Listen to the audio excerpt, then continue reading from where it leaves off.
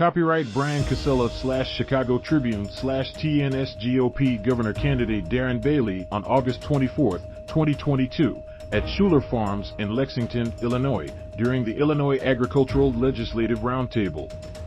A series of political mailings that resemble newspapers and excoriate Democratic Gov.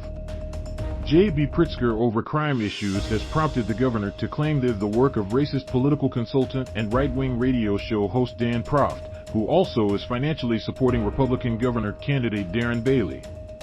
The mailings, tailored to specific areas and sent to voters throughout Chicagoland under such labels as Chicago City Wire, DuPage Policy Journal, and Will County Gazette, are filled with purported news articles containing misinformation about the effects of criminal justice reforms enacted under Pritzker.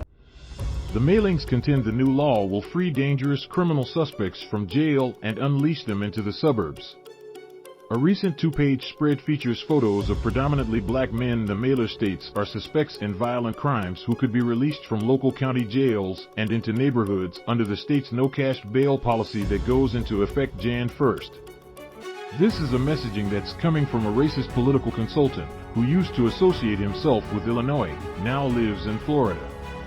And he's sending messages that are, if you look at what he's printed, it's clearly all about the idea that, again, what he's printing, that black people are threatening your way of life. That's essentially what he's putting in these publications, Pritzker said of Proft at an unrelated event in South Suburban Harvey. Copyright Brian Casella / Chicago Tribune / TNS Gov.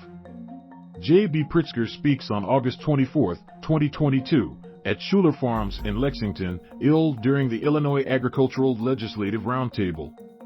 It's meant to have people show concern for their safety. And the truth of the matter is that what he's purveying here is complete hogwash. I'm probably being polite when I say that. It's a terrible thing to do, he said. And frankly, he's doing it on behalf of Darren Bailey.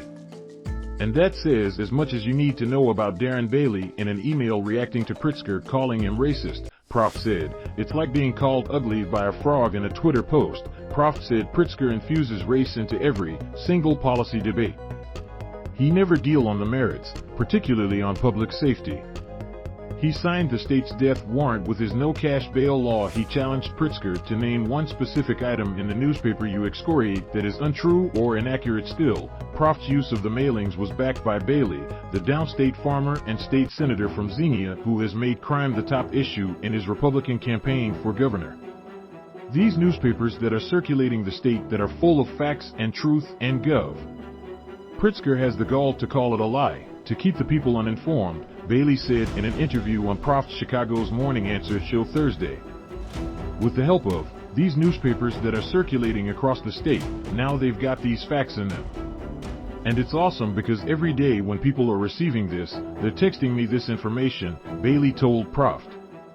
I mean, I've been trying to expel this and talk about this for 2 years, but it's finally getting out and it's finally resonating. The mailings represent the latest in a long line of controversies involving Proft, a radio host on Wind AM 560 who now lives in Naples, Florida. Proft heads the People Who Play by the Rules Political Action Committee, an independent expenditure fund supporting Bailey that is primarily funded by millions of dollars from wealthy conservative megadonor Richard Uihlein, who founded the Uihlein office packaging and supply business.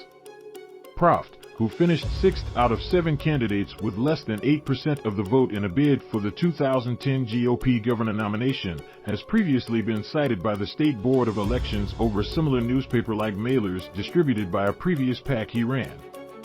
The State Elections Board found the Liberty Principles PAC wrongly coordinated with a candidate to spread favorable material and was required then to place a political advertising disclaimer on the materials. He opened the latest PAC in March of this year.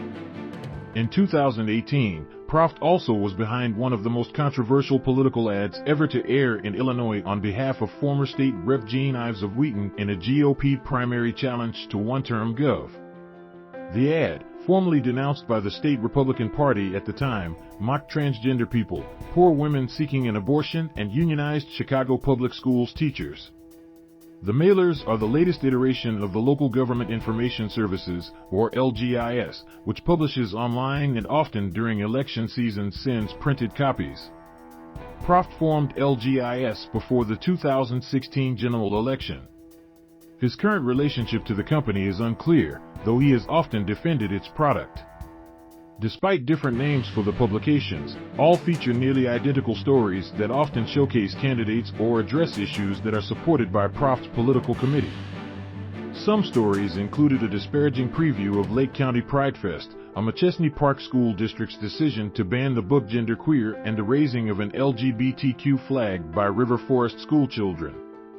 In the spring, the West Cook News used a presentation at an Oak Park and River Forest High School school board meeting to push a story that claimed the school was creating a race-based grading system that would require teachers to account for the skin color or ethnicity of its students, even though nothing in the presentation suggested such a policy. The story went viral online and gained a national audience through influencers and conservative media, and forced school leaders to declare the story was false.